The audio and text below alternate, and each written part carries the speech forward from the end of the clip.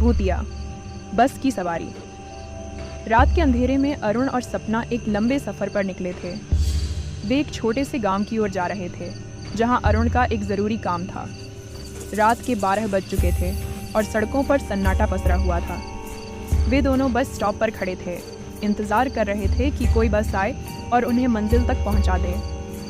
कुछ देर बाद एक पुरानी धुंधली लाइटों वाली बस उनके सामने आकर रुकी। बस का रंग फीका पड़ चुका था और उस पर धूल की मोटी परत जमी हुई थी।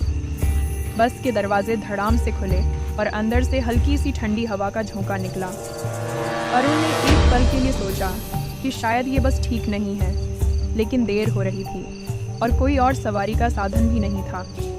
वे दोनों बस में चढ़ गए और पीछे की सीट पर बैठ गए। बस अंदर से भी उतनी ही पुरानी और जर्जर लग रही थी जितनी बाहर से। सीटों पर धूल की परतें थीं और बस के अंदर अजीब सी नीरवता थी। बस में सिर्फ वे दोनों ही थे। ड्राइवर ने बिना कुछ बोले बस को चलाना शुरू किया। जैसे जैसे बस आगे बढ़ी, सपना को अजीब सा एहसास होने लगा। उसकी नज़र बस की खिड़कियों से बाहर जाने की कोशिश कर रही थी, लेकिन बाहर घना कोहरा था और कुछ भी साफ नहीं दिख रहा था। अरुण ने उसे देखकर पूछा, तुम ठीक हो? सपना ने सिर हिलाकर हामी भरी, पर उसकी आंखों में हल्की सी बेचैनी थी। कुछ देर बाद बस में अजीब झटकाएं हुई। पहले तो बस की लाइट्स हल्के हल्के चमकने लगी, फिर सीटों के पीछे से धीमी धीमी सरसराहट की आवाज़ें आने लगीं। अरुण ने इधर उधर देखा, लेकिन उन्हें छोड़कर बस पूरी तरह खाली थी। तभी अचानक ड्राइवर की जगह से किसी के हंसने की आवाज़ आई।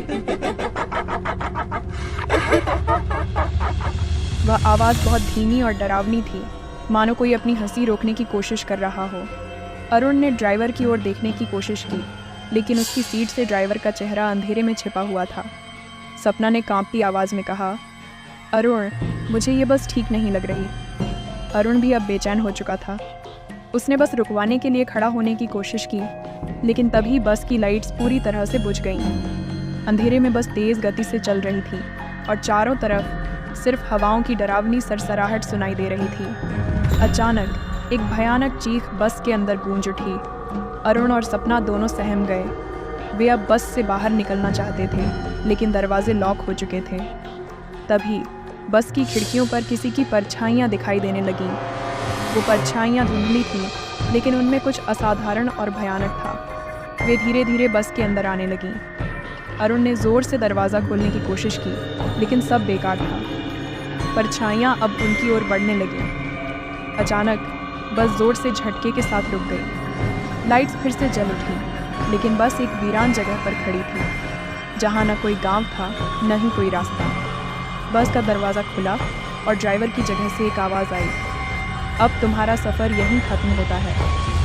अरुण और सपना ने बिना समय गंवाए बस से बाहर छलांग लगाई। वे पीछे मुड़कर देख ही रहे थे कि बस धीरे धीरे गायब होने लगी। कुछ ही पलों में बस पूरी तरह से गायब हो गई, जैसे वो कभी वहाँ थी ही नहीं। दोनों एक दूसरे की ओर देखते रह गए, सांसें थमी हुई थी। इस भूतिया सफ़र ने उन्हें यह सिखाया कि कभी कभी रात की सड़कों पर दिखने वाली चीज़ें वैसी नहीं होती जैसी वे दिखती हैं।